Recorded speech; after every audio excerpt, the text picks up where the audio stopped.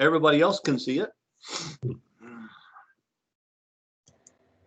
Sometime today, there it goes. It's finally decided to start recording.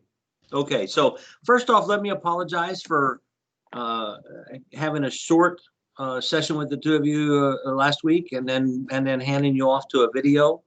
I had one of those meetings that the boss called that was unexpected, and I will tell you that I have another one of those next Thursday. And only it starts at 11 and doesn't get done until 1 o'clock, and it's not on campus. So next Thursday, we won't come together here at all like we did last week. I will simply post the video for you guys, and you can, and I'll probably, as soon as I get done posting everything for this week, I'll probably just go ahead and post next week's video as well. So that if you want to go ahead and get it done early, have it done and out of the way so you can use that time then towards another class, that's fine. Or if you want to wait and just do it in your normal time slot that you have programmed, that's fine too. That's up to you. Okay. And I apologize. Like I said, unfortunately, when you work for other people, sometimes the boss has priorities that are a little different than yours. And so I've got to go meet that priority next Thursday. Okay. So here's a question I had for you guys. I've read what you sent in as far as assignments. What'd you think of the assignment as far as tracking your time for the week? That's good. I enjoyed seeing how like I thought how I used my time, and then just kind of keeping track of how I actually did and comparing that was really good for me to be able to see that. I enjoyed that part of it. And the reality is that type of a tool only works if you're honest with yourself. Mm-hmm. When you're keeping the journal. When you keep the journal all day, every day for a week, that only works if you're honest. Because we all tend to I want to necessarily say we lie to ourselves, but we may think that we're doing stuff for this amount of time, and then in reality, it's like, can you guys see this? Oh yeah. Yeah. Okay. It's a game on the phone. Okay. So I need to do this. So that's what I was doing while I was waiting for you guys to log in. I was sitting here playing a game on my phone, and the reality is we don't really know, a lot of us, me, just how much time we spend doing stuff like that until we try to keep track of it. So most of you, not everybody, but most of you, I told, and when I say you, because I'm talking to the whole class, on your answer that I sent, or the response I sent back to you, I told you, I said, I encourage the students to keep a blank copy of this on your computer, and then do it again later. In my case, I try to do it once a semester to make sure that I've got my, my ducks in a row, and I'm getting everything done that I need to get done. And I haven't done too much of this. Okay. So it's amazing, how I can think, okay, I've got time, to do this here and this here and this here and this here. And I don't always get those things done in the time when I planned on doing. I usually always get it all done, but not necessarily in the schedule that I planned on doing it, if you know what I mean. Mm-hmm. Okay. So things just kind of get a little crazy. And the bottom line reality is life gets in the way. Okay. Just like I just informed you guys that I'm not going to be able to be here next Thursday, and because life is getting in the way. Okay. Fortunately, I have the video from where I taught this class last semester, and I will be able to just simply pull the video forward for you guys to watch. Next week, the subject matter is note taking. Now, I will tell you straight up that if I have to miss teaching a session in this class, that's the one that I would prefer to miss. I hate taking notes. And I think I say that about 10 times in the video that you're going to watch next week. I hate taking notes. Okay. It's just one of those things. I was fortunate enough when I was going through high school that I really didn't have to take notes. So I never learned how to take notes and do it well. In college, yeah, I paid for it a little bit because I didn't know how to take notes. So the reality is, when I first started teaching this class, that was not a subject matter that they were teaching in the class. And I was like, oh, no, no, no, no, no, no. We're going to add note taking to this, because I can't believe that I'm the only one out there that it does note taking as poorly as I do. So that's why next week's session is there. But I did teach it last time, so you guys will get the benefit of that. Okay, so today we're going to talk about learning styles, because we all learn just a little bit differently. Okay, now one thing I need you to do here, if you will, is go into Canvas and pull up files. And when you get into the files, click on that top folder there that says slideshows. And then I want you to click on the one, where is it? This says learning styles. I think it's the third one down. Okay. And just, you can follow along with me if you want to, minimize your screen so you got the video up and the slides up. If you've got two screens, that works great. If not, however works best for you. Okay. But the reason why I say that is I'm going to put the slides up. But the reality is, when I share it, when I share my slides, they get kind of small. Okay. So a lot of times, if you have the ability to have your slides up and look at them on your computer, it's usually easier. Plus, there's a couple of times, or there's one time in here where we're going to watch a video, and because of copyright laws, I can't show the video in the class, because we're going to upload this onto YouTube, and so that the other students can see it. And because of copyright laws and the way YouTube works, I can't show that video as the three of us are talking. So when we get there, what I'm going to do is I'm going to have you guys, I'll mute my mic and stuff, and I'm going to have you guys go watch the video, and then when you're done with the video, come back, and then we'll continue the class. It's a real short video. It's only 3 or 4 minutes. Okay. Oh, where's the video at again? Sorry. Go ahead. Oh, where's the video at again? It's on one of the slides. I'll show you when we get there. Okay. There's a link for it on one of the slides. Okay. Okay. And what's the PowerPoint called that's on? It's on. So if you look in the files folder, it says Learning Styles PPTX. So it's like the third one down. Okay. Do you see it? No. Okay. Did you go to Canvas and go into our class? Yeah. Okay. Yeah. And then on the left-hand side, click on Files. Okay. Files. And then click on Slideshows. Oh, okay. Oh, I see now. Thank you. So if you guys ever want to get back to and look at any of these slides that that we go through in class, they're all here and available to you. Okay. So you're welcome to go back and look at them. For me, there's nothing proprietary on them, so I'm fine with that. So anyway, with the learning style slides open,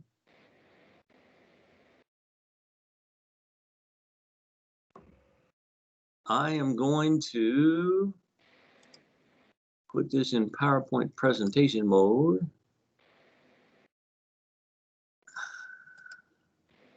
And then I'm going to, again, you guys are my guinea pig this whole cycle as far as learning how to do things on Teams and making it work right.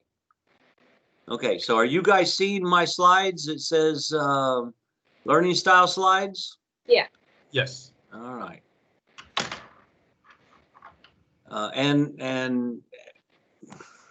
Okay, so let me click this back up, because as I'm looking at Teams, I'm seeing you guys, but I obviously can't see the slide that I'm showing. Well, I can, but I'm seeing it on a different screen. So anyway, so learning styles.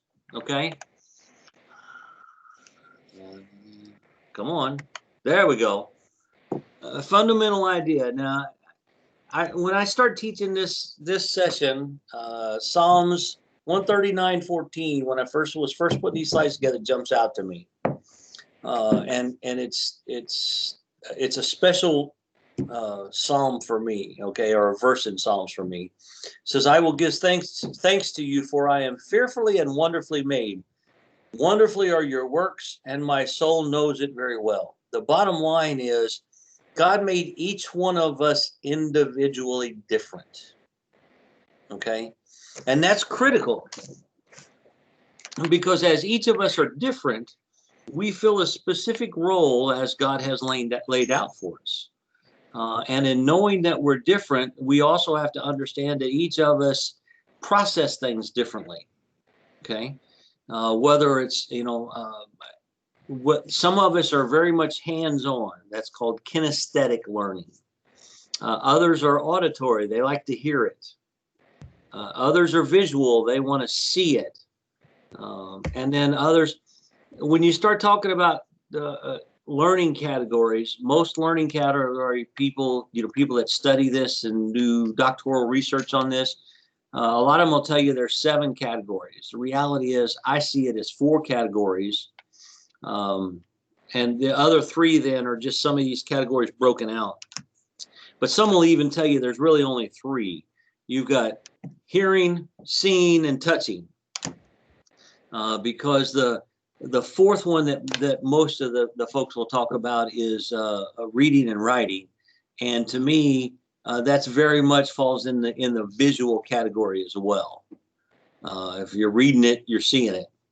But it also uses a little bit different part of the brain, more so than watching a YouTube video and learning something. Okay, so a little bit different there. But the reality is, as David tells us in Psalms, he's thanking God very much for the fact that we are all wonderfully made. And I not to add to Scripture, but when I read that, my brain always says wonderfully made individually, and that's kind of in parentheses there. That's the way my brain reads it. We are all made individually. Okay. Now, you guys have already kind of figured out I like to be a bit of a jokester, and when I saw this slide, or when I saw this cartoon, I snitched it because to me it's awesome. Okay, the bottom line is, everybody is a genius, but if you judge a fish by its ability to climb a tree, it will live its whole life believing that it's stupid, and that bottom line is the truth. Okay, it's how do we measure ourselves? What do we measure ourselves against? We are all made wonderfully different. Okay, a fish isn't meant to go and climb a tree. Okay, but at the same time, if you took that monkey and you told him he had to go swim, chances are he probably wouldn't do so good at it. Okay, or you took not just the fish. If you took the elephant and told him he had to climb a tree, he'd probably do a pretty good job getting to the top of it because he'd just knock it over and walk on it. Okay, so it's all in how we approach the obstacles that we're given or the opportunities that we're given. It's not just obstacles; it's also opportunities, and how do we do it? Okay. So I saw that cartoon. I'm not even sure where I've had to use this cartoon now for almost 10 years on different things. So. I'm not even sure where I pulled it from anymore. I guess I should probably give credit. I need to go back and find out where it came from, so I give credit on that slide as to where it came from. I'll have to go back and look at the original class that I used it for and see if I did it in that class. Okay, so here is here is the slide or the video that I wanted you guys to watch. Okay, so if you would, I'm going to stop sharing my screen right this second. Okay, if you guys would do this, turn your mic and your camera off. Go watch this video. When you're done watching the video, then come back and we'll continue, because I'm going to turn my mic and camera off and watch it as well.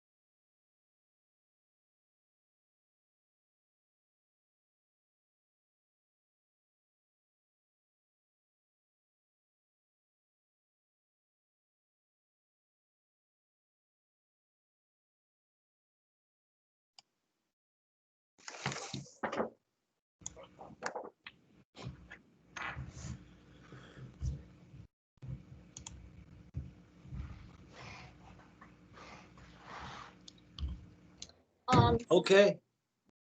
Go So ahead. I'm not actually able to get onto YouTube right now. I was trying to figure it out, but Okay. yeah.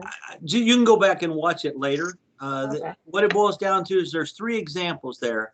And I don't know if you know the movie Rain Man, Yeah. but okay. You remember the scene in Rain Man where Tom Cruise is throwing the cards on the trunk and Dustin Hoffman has to, he's watching them.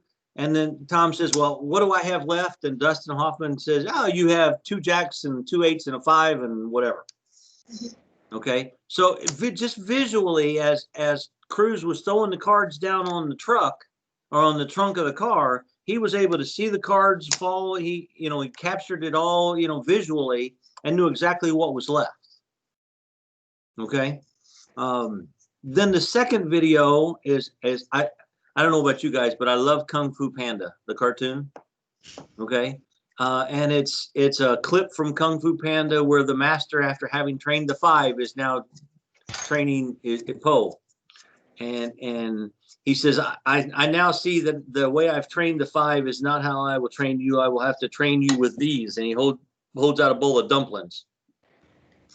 And he says, you may eat. And as Po goes to eat, he takes the dumpling away from him. He says, I said you could eat.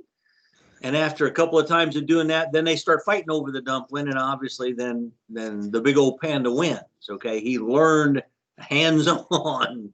And then the last one is a clip from My Fair Lady, where the professor is trying to get her to say her H's.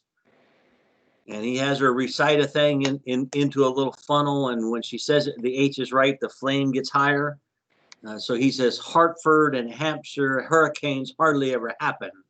And he says it right, and the flames jump up and down like they're supposed to. And she says, in Hartford and Hampshire, so the H's just drop off when she says it. Okay, so it's all auditory. Okay, so it's just kind of a fun way of giving examples of the fact that we all learn, hear, and see and do things differently. Okay, so that's where that was. Now let me get back to my slide presentation, and I will continue to share the screen.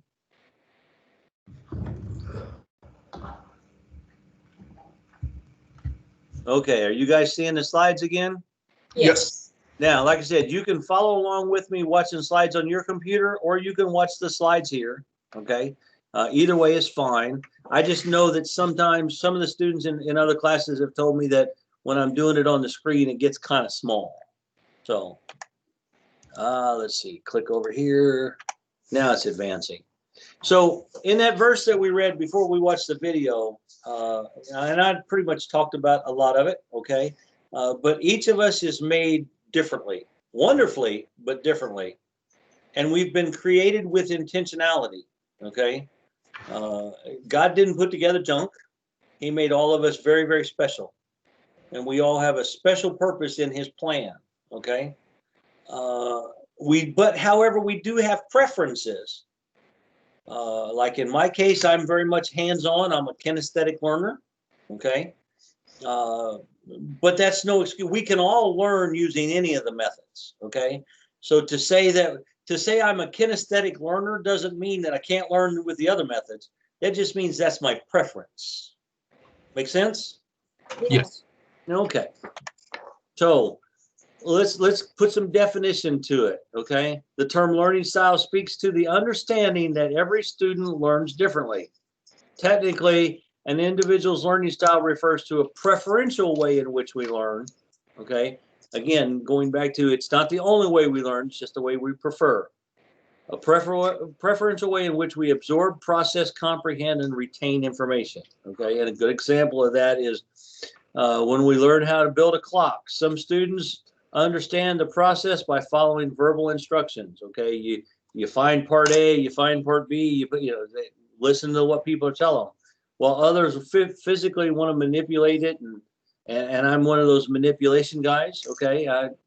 Yeah, give me some pictures so I make sure I'm grabbing the right part, but the bottom line is I want to put stuff together. Now, I will tell you that sometimes that costs me time, And a good example of that is last weekend, I was trying to change the brakes on the wife's Ford F-150 pickup. And I'm like, I know how to change the brakes. And if I don't, I'll just figure it out, you know, because every car is a little bit different. And I've changed the brakes on enough cars, I can figure it out. So I went out there and I pulled it all apart. It all came apart real easy. And I went to put it back together and it didn't go back together quite as easy as it was coming apart. So after about 2 hours of fussing with it, I pulled my phone out of my pocket and I watched a YouTube video and I was like, oops, I left a step out. So sometimes it costs me time because I think I can physically figure it out and make it work. Now, most of the time I can, but not always. Okay, now I will not ask you to try to read this, especially off of what I'm sharing, because that's hard enough to read when you're in normal presentation mode. So you guys can go back and look at this a little different. The next few slides basically rehashes all of this information. Okay, this is just all of it together in one slide. So we're gonna just skip on past that. Okay, so SWOT strategy. SWOT is that's a business term, and I tend to use them from time to time in all the classes. Okay, so SWOT is strengths, weaknesses, opportunities, and threats. Okay, this is going to focus specifically on the S, the strength, in the visual strategies, in the visual portion of it. Okay, so those people that are visual learners, they utilize graphics, graphic organizers, charts, graphs, diagrams. All of those things work real well for them. Okay. They can usually look at stuff and see it and turn around and without having to look back at it again, they can just redraw it from memory. I'm not one of those people. I can usually redraw it, but it ain't going to be right unless I turn around and look at it again 2 or 3 times. Okay. They can replace important words with symbols or initials. When you get into the lesson next week and you get to the part where we're talking about mind mapping as one of the styles of note taking, people that are visual learners, they're people that usually do very well using the mind mapping style of note taking. Okay. Highlight important key terms. Any of you guys the ones that like to take highlighters and mark up your books? Yeah. Especially if it's one that I bought, because it's my book. I can do with it whatever I want. Okay. Now, in my case, I highlight it because I simply want my eyes to be drawn to it quickly. Okay. But I know people that will highlight it just simply because, okay, this color means this and this color means this. And no, I just, as I'm reading it, I'm like, if this is something I'm going to need to know again later, I'm going to highlight it so I can get back to it quickly without having to scan through the whole page. Okay.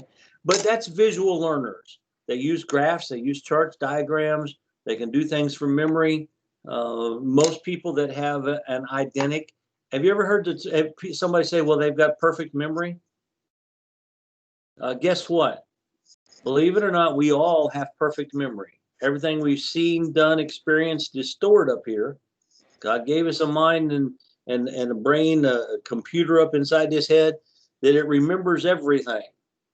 What most of us don't have is perfect recall. Okay.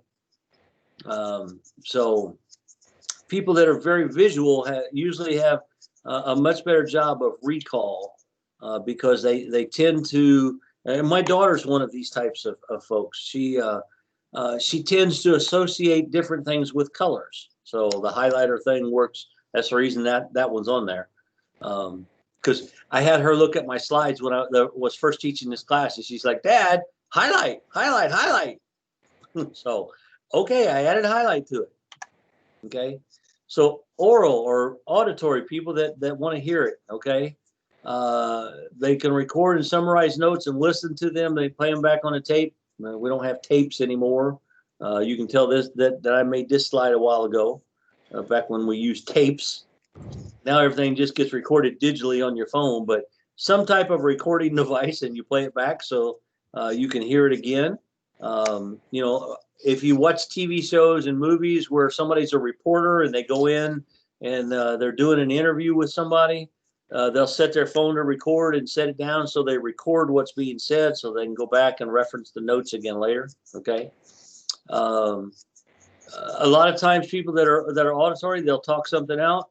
They have discussions with other people to expand what their understanding of the topic is. They'll reread their notes, but do it out loud. Okay.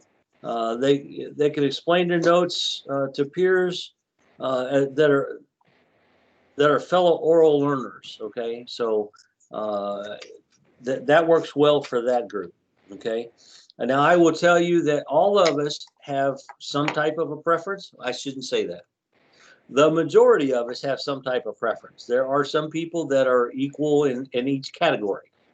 Okay. But the bulk of us have some type of a preference. And usually of the 4 categories, they'll kind of be ranked in order. You'll have one that's your main preference, one that's a secondary preference, and then the other 2 will usually come in about equal, but be lesser than the first 2. Okay, and I'll show you that a little bit on a slide we're going to look at later when I show you how researchers, when they look at these kinds of things, they graph them. Okay, so if you're a person who, this is the 4th category, that reading and writing. Okay, and this is the one that my wife falls into. She's the person, she likes taking online classes and just tell me the book that I need and I'll read the books and teach myself. That's her preferred. She would prefer to do it online than in the classroom, and I'm 100% total diametric opposite. I want to be in the classroom when I'm learning because I want to hear it. I want to see it. I want to touch it. I want to be able to interact with my classmates.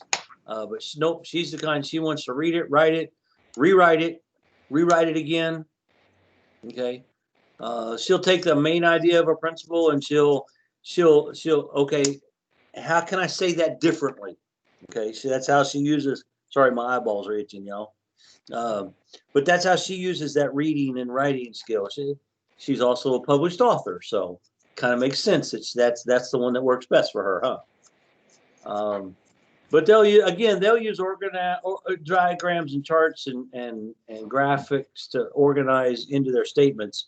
But they're usually using it at that point, not so much for their own learning, but as they then try to take that learning that they've done and put it back out to somebody else. The way they've processed things in their mind, they're going to put it on graphs and stuff and put it out to you so that you can read those graphs and understand it a little easier. Okay. Now here's me. Okay. Use real life examples, applications, and case studies in your memory to help you with abstract concepts. Okay. Now I teach leadership and I teach management. Okay. The reality is those are not so much abstract concepts, but it's kind of hard for a lot of folks to be able to put their finger on what is leadership or what is management. Okay. So when I'm teaching those classes, I tend to give real world examples of what leadership is and what management is, so that, people may not physically be touching it, but they've experienced it in some form or another. And they can, in their mind, okay, I can reach out and touch this one. And okay, this is the example he's using here. And this is the example he's using here. Okay. Again, I go back to the truck that I was trying to change the brakes on the other day. That's a real life example of how you get things done. Okay. So those of us that are hands-on, that's so we like to, have an experiment or a project in a lab, and we'll do it. And sometimes we'll do it 2 or 3 times, especially if we weren't fully tracking what was happening the first time we did it. We'll go back and redo it because we want that experiential learning that we have. Okay. And these folks will utilize pictures and photographs, but not nearly as much as the reading and writing folks. Okay. So I'm going to pull up another slide. Give me just a second. So the VARC test. You guys are fixing to. I say fixing to. I'm assuming most folks this week they do their homework assignment real quick because the homework assignment takes all of about 15 minutes. And in the assignment in Canvas, you guys are going to see a link for a VARC test. Okay. And all it is it's a survey where you go in and answer a bunch of questions, and it comes back and gives you a score telling you, based on the answers that you gave, they see that your kinesthetic score is this, and your reading score is this, and your auditory score is this. But these are the areas that the VARC score is looking at. Again, that's the 4 areas that we've kind of gone over here today. This is probably also the shortest class that you will have in this term, just simply because it's a matter of me giving you some basic information, and then you guys go take the survey. Now, I will tell you that there are other more extensive surveys out there, and most you can find a lot of them that are free online. If you want to delve into this a little bit more, there are some, and I tried to get the school to buy it so that it was a little more extensive. But they said, no, not only is it extensive, but it's expensive. So they said, nope, we ain't going to spend it, find a free one. So that's how I ended up with this one. Okay. But when you take this, the assignment is to take the survey and then take a screenshot of it and then post that screenshot into Canvas along with an explanation of what, did you score the way you thought you would, or did maybe your score come out different? And if it came out different, why do you think maybe it came out different than you expected? Or if it nailed it spot on what you expected, why did you expect it to be that way? So just a short little, 5, 6, 7 paragraph, a 7-sentence paragraph, telling me, what you thought of the survey and did it match up with what you thought or not? But before we do that, I am going to pull up another slide here real quick. As if I can figure out where I put it. Oh, you guys are going to get to see the professors. Let me stop sharing for a second. I don't think I would click on anything but I don't want to give away any secrets either. Come on. Let me do it this way. I'm going to close that. And I'm going to reopen.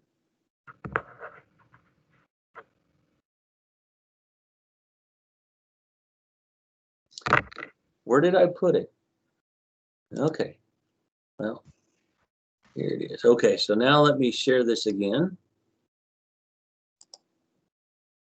Okay, do you guys see a slide that's got some what looks like a kite on it? No. Oh, did I click on the wrong thing? What are you guys seeing? I see a slide called Critical Thinking with a link to a YouTube video. Okay, I clicked on the wrong thing, so let me go back. And I want to unclick that. And I want to tell it to share.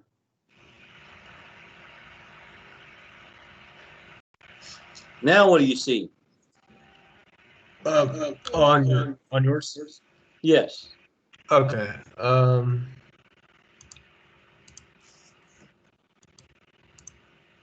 Oh yeah, I see it now.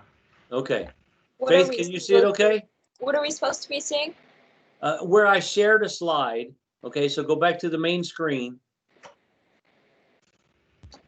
I see a slide, but yeah, I see like. Does it look like some goofy drawn kites? Yeah, something. Okay, like that's what you're supposed to be seeing. Okay.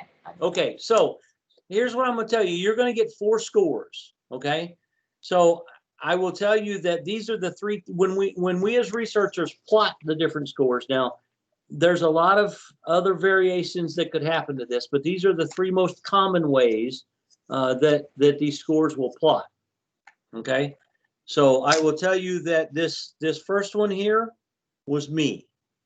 Okay, so I fall, and about 70% of the people that take this are going to fall into this type of category. Then about 15% are going to fall into this category, and about 10% are going to fall into this category, and then the last 5% fall into some goofy looking.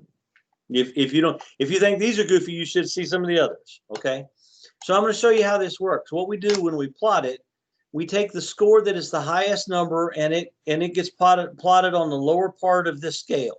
Okay, so if you think about this as being evenly divided off 1, 2, 3, 4, 5, 6, however many. Okay, and it's the same way going up and same way going across. So the very center being 0. Okay, so in my case, my kinesthetic score was 13. So I'm way down here. Okay, then we take the next highest score and we plot it up here. And my visual score was 9. So it gets plotted up here. Okay, so this is the highest number. This is the next highest number. And then these two are the other numbers. Okay, so I was 13 at kinesthetic and I was 9 at audio, or excuse me, at visual. I was 6 at audio, or no, I was 5 at audio, and I was 4 at reading and writing. And so when we plot that 13, 9, 5, and 4, it comes out looking like a kite. Okay, and about 70% of the folks are going to fall into a category something like this. Okay, now you notice this one kind of looks like a little bit of a lopsided kite, right? Yeah. Every once in a while, you'll get somebody that'll have a score of 12. This, by the way, she's probably going to beat me up if she finds out I said, this is my wife. Okay, so hers was reading and writing was a 12. Her visual was an 8. And if you notice, this is just about the same distance off as this one. Okay, so her visual was an 8. Her, so this was reading and writing, this is visual, this is auditory, and her hands-on was a 2. Okay, so she gets a bit of, so you have the normal, you get 3 of the numbers that kind of fall in a normal category. So a 12, an 8, a 7, and then a 2. Okay, so the kite kind of is leaning to one side. So you got 3 normals, and then one that just comes in real low for some reason. And this is just something I'm showing you guys. You don't need this is the freebie for the day. Okay, this is how researchers' minds work when we plot stuff. Okay, now this person is about 10% of the folks. No, excuse me, about 15% of the folks that take this quiz. And this is the kind of person who really doesn't have a preference one over another.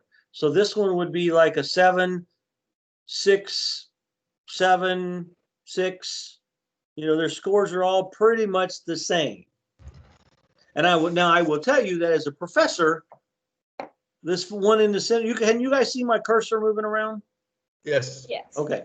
So this one here in the center, that's the one that a professor prefers.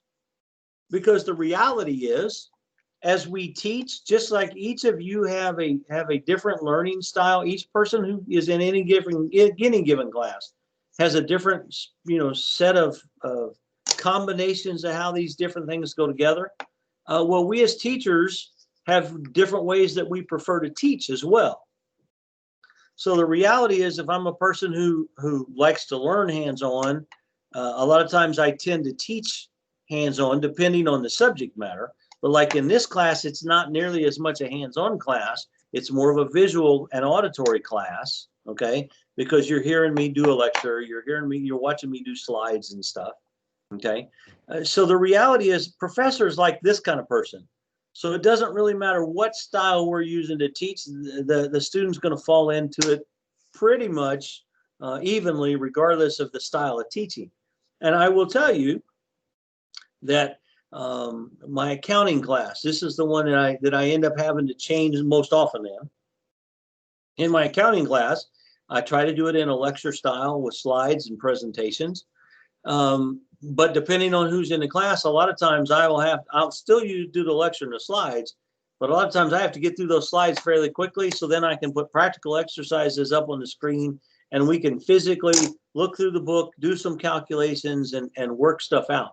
More of a kinesthetic style, hands-on learning, because I find that that's the style that the bulk of the class needs in order to get through.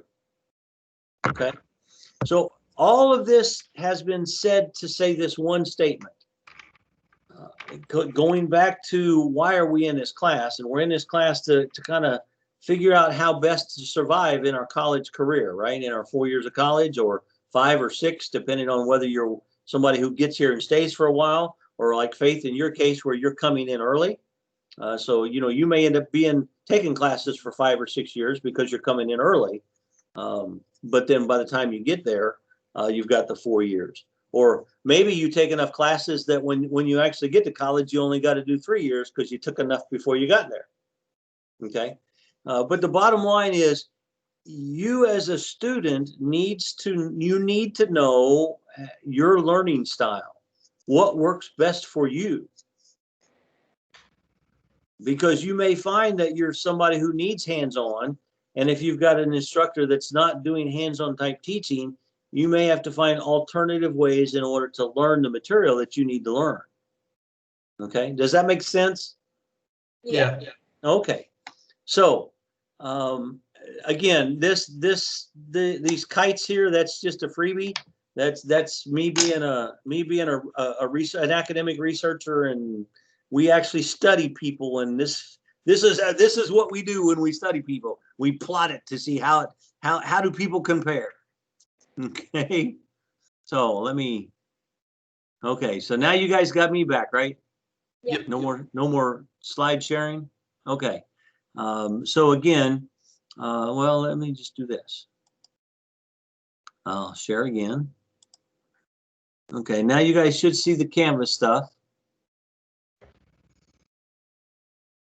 I can actually put Canvas in student view so that I see exactly what you guys see. Okay, so now what I'm going to do is I'm going to go to the assignments, the VARC score assignment. And like I said, this is a fairly short class. We'll be done in under an hour today. But you're going to go in here and you're going to click on this link, and you're going to take that survey online. And as soon as you're done with the survey and hit submit, or I don't remember what it is at the very end. But once you're done and it scores it, it's going to come back with a VARC score on your screen. And either do a print screen or use your camera and take a picture of it, some way capture the information, so that you can go into, you can hit, you know, the submit assignment, and you can go in here and submit assignment, and it, you know, choose a file. So upload the screenshot or the photo that you've taken, and then also, you know, type something out that tells me, you know, yeah, it came back and told me exactly what I was expecting, or hey, I had no clue at all that I was more of a visual learner than I was an auditory learner, you know, and then why do you think that might have happened? All right, so you guys tracking with me then? Yep. Yes. Okay, that's the assignment for this week. And like I said, here in a few minutes, I'm going to go ahead and post a video for next week. It's the note taking. You guys can feel free to, any of you can feel free to go ahead and knock both assignments out, because like I said, this one's only going to take 15 minutes.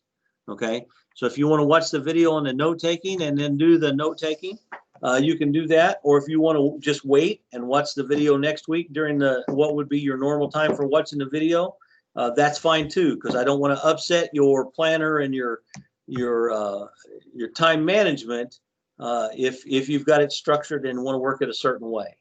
All right. Y'all, I just realized that when we got started, I did not pray us going in to start the class. So if you will, let's pray as we end up tonight or this afternoon. Father, we thank you for this day. Lord, again, I always come to you humbly, and thank you for the students that I get the opportunity to work with. And I thank you for such an enriching, fulfilling time that you give me to be able to impart knowledge down to them and bring them not only to a point of knowledge, but hopefully then, Lord, we move from knowledge to know-how.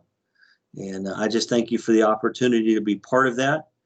And I ask a blessing on the two that have been here in class with me, and then all of those that are watching that watch the video at a later time. Just lay your hand on them. We know we're coming into the middle portion of this cycle, and things sometimes can get a bit hectic. So just give them a peace of mind and an understanding that everything works in the time that you've designed. I ask all this in your name. Amen. Okay, guys, you have a good afternoon. Basically a good 2 weeks, because it'll be 2 weeks from today before I see you guys again. Okay, so I will talk with you all later. All right. Thank Have a you. good day. Bye. Bye.